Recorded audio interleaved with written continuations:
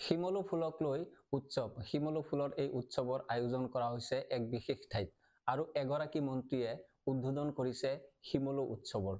বহুতৰ বাবে এই শিমলু উৎসৱৰ কথাটো নতুন, বহুতে শুনাই নাই হয়তো, কিন্তু এই উৎসৱৰ আয়োজন কৰা হৈছে আৰু এক দীঘলীয়া সময়ৰ কাৰণে এই উৎসৱৰ আয়োজন কৰা হৈছে।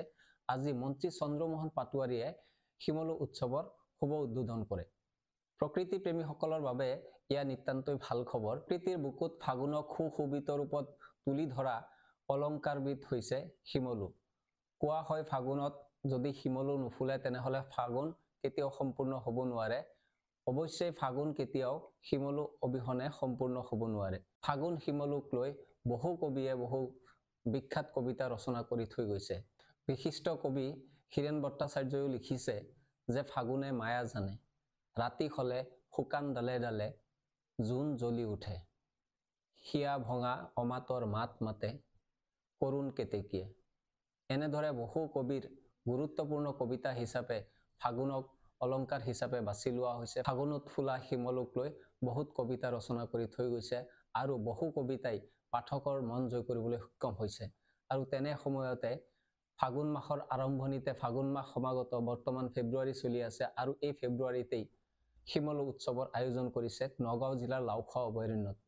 অসমৰ অন্যান্য অভয়াৰণ্যসমূহৰ ভিতৰত লাওখোৱা ভুৰাচাপৰি অভয়াৰণ্য অন্যতম, কিন্তু পৰ্যটকসকলক আকৰ্ষিত কৰিবলৈ এতিয়াও লাওখোৱাই সক্ষম হোৱা নাই। ইমান দিন লাওখোৱালৈ পৰ্যটকৰ তেনেধৰণৰ কোনো ধৰণৰ সোঁত বোৱা আমি দেখা নাই, কিন্তু শেহতীয়াকৈ হলেও এইবাৰ লাওখোৱাক পৰ্যটনস্থলী হিচাপে গঢ়ি তুলিবলৈ অসম চৰকাৰে এক পদক্ষেপ গ্ৰহণ কৰিছে আৰু তাৰে অংশ হিচাপে আজি শিমলু উৎসৱৰ আয়োজন কৰিছে।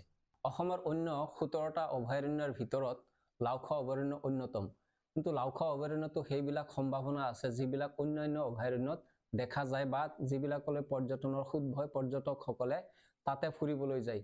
লাওখোৱাতো তেনেধৰণৰ সম্ভাৰ আছে, তেনেধৰণৰ সম্ভাৱনা আছে, কিন্তু চৰকাৰৰ সদিচ্ছাৰ অভাৱত ইমান দিনে লাওখোৱাখন এলাগী হৈ আছিলে।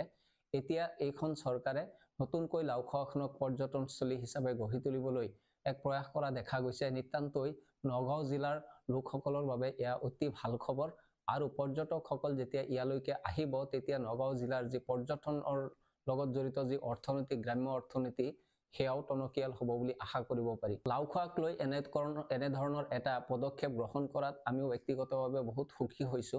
নগঞা হিচাপে আমি লাওখোৱাক বহুত আগৰে পৰা জানো, আমি আগৰ পৰা লাওখোৱালৈ যাওঁ, কিন্তু লাওখোৱালৈ বাহিৰৰ পৰা পৰ্যটক অহা তেনেকুৱা পৰিলক্ষিত হোৱা নাছিলে।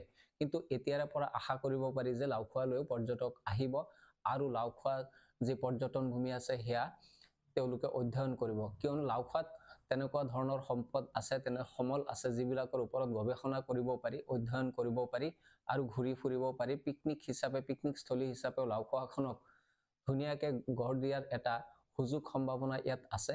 চৰকাৰে হয়তো শেহতীয়াকৈ সেইখিনি আৱিষ্কাৰ কৰিছে আৰু অসমৰ পৰ্যটকসকল বা বাহিৰৰ পৰ্যটকসকলৰ চকুত সেয়া তুলি ধৰিবলৈ এক প্ৰয়াস কৰিছে।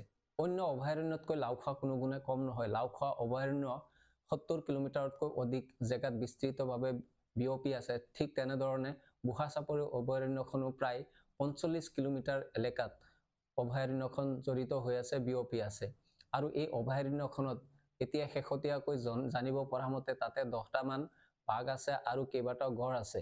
ইয়াৰ উপৰিও দেশী বিদেশী বিভিন্ন ধৰণৰ পশু পক্ষী ইয়াত দেখিবলৈ পোৱা যায়।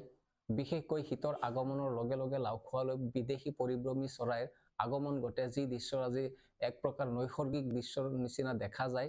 পৰ্যটকসকল বা প্ৰকৃতি প্ৰেমীসকলে এইবিলাক দৃশ্য চাই ইতিমধ্যে অভিভূত হৈছে। তেওঁলোকে বিভিন্ন সময়ত শীতৰ আগমনৰ লগে লগে সেই দৃশ্যবিলাক চাবলৈ স্থানীয় পৰ্যটকসকলে লাওখোৱালৈ ঢাপলি মেলে আৰু তাত গৈ সেই দৃশ্যবিলাক উপভোগ কৰে।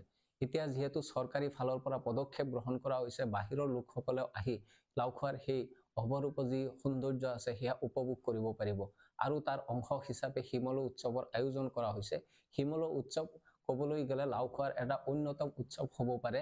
লাওখোৱাত পৰ্যটকসকলক আকৰ্ষণ কৰাৰ বাবে শিমলু উৎসৱ আটাইতকৈ গুৰুত্বপূৰ্ণ উৎসৱ হিচাপে পৰিগণিত হ'ব পাৰে, কিয়নো সমগ্ৰ লাওখোৱাখনত কেইবা সহস্ৰাধিক শিমলু গছ আছে। অভয়াৰণ্যখনৰ ভিতৰত যিবিলাক পথ আছে, অভয়াৰণ্যখনৰ ভিতৰত সোমাবলৈ সেই পথৰ কাষে কাষে এই শিমলু গছবিলাক থিয় হৈ আছে আৰু শীতৰ আগমনৰ লগে লগে বিশেষকৈ ফেব্ৰুৱাৰী মাহৰ পৰা ফাগুন মাহলৈকে এই গোটেই যিবিলাক শিমলু গছ আছে সেইবিলাক ফুলি জাতিষ্কাৰ হৈ পৰে।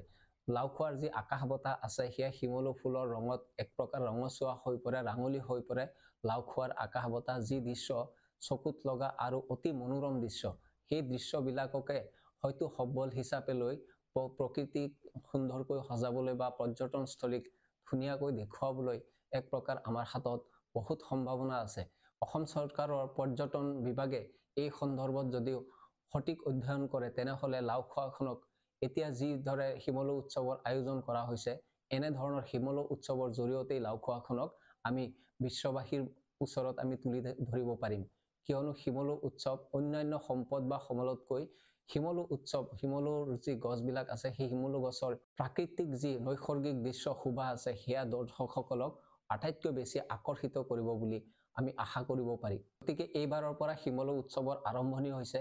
এই ধাৰাবাহিকতা আগলৈও অক্ষুণ্ণ থাকিব বুলি আমি আশাবাদী আৰু লাওখোৱাত অনুষ্ঠিত এই শিমলু উৎসৱৰ জৰিয়তেই লাওখোৱা বুঢ়াচাপৰি অভয়াৰণ্যখনক অন্যান্য অভয়াৰণ্যৰ সৈতে যেনেদৰে পৰ্যটকক আকৰ্ষিত কৰিব পাৰে, আমি আশা কৰোঁ লাওখোৱাখনলৈও পৰ্যটকসকলক শিমলু উৎসৱৰ জৰিয়তে মাতি আনিবলৈ সক্ষম হ'ব পৰা যাব।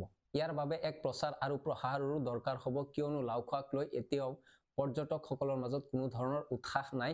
সেইকাৰণে স্থানীয় প্ৰকৃতিপ্ৰেমী লাওখোৱাক বিশ্ববাসীৰ আগত বা পৰ্যটকসকলৰ সন্মুখত তুলি ধৰিব লাগিব। এক ব্যাপক প্ৰচাৰৰ ইয়াত প্ৰয়োজন আছে। লাওখোৱাৰ বন বিভাগৰ যি বিষয়া কৰ্তৃপক্ষ আছে তেওঁলোকে প্ৰচাৰৰ ক্ষেত্ৰত এক বিশেষ গুৰুত্ব দিব লাগিব, কিয়নো আজিকালি প্ৰচাৰ নহলে একোৱেই নহয়। যি প্ৰচাৰ হয় সেয়াই বিক্ৰী হয়। আৰু যিহেতু লাওখোৱাখন হৈছে প্ৰাকৃতিক সৌন্দৰ্যৰে ভৰপূৰ এক নৈসৰ্গিক পৰিৱেশ, গতিকে এই লাওখোৱালৈও যে পৰ্যটকসকলক এক সঠিক প্ৰচাৰ হলে তেওঁলোকক ইয়ালৈ মাতি আনিব পৰা যাব সেয়া আশা কৰিব পাৰি। গতিকে স্থানীয় লোকসকলৰ ইয়াত যথেষ্ট ভূমিকা থাকিব। লাওখোৱাখনক তেওঁলোকে কেনেধৰণে প্ৰচাৰ কৰিব আৰু কেনেধৰণে লাওখোৱাখনক ৰাইজৰ আগত তুলি ধৰিব।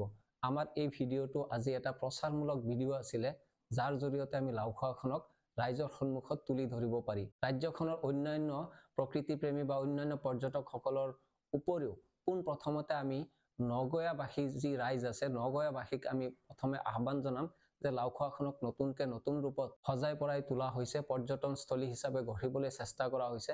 আপোনালোকে ইয়ালৈ আহক আৰু নিজ চকুৰে চাওক লাওখোৱাৰ যি নতুনকৈ সজাই থোৱা যি দৃশ্যৰাজি সেয়া আপোনালোকে উপভোগ কৰক আৰু সেই বিষয়ে ৰাইজৰ আগতো অৱগত কৰক। তেতিয়াহ'লে লাওখোৱাখনক আমি এক পৰ্যটনস্থলী হিচাপে গঢ়ি তুলিব পাৰিম। ইয়াৰ জৰিয়তে গোটেই নগাঁৱৰ অৰ্থনীতিলৈ এক বৰঙণি আহিব বুলি আশা কৰিব পাৰি।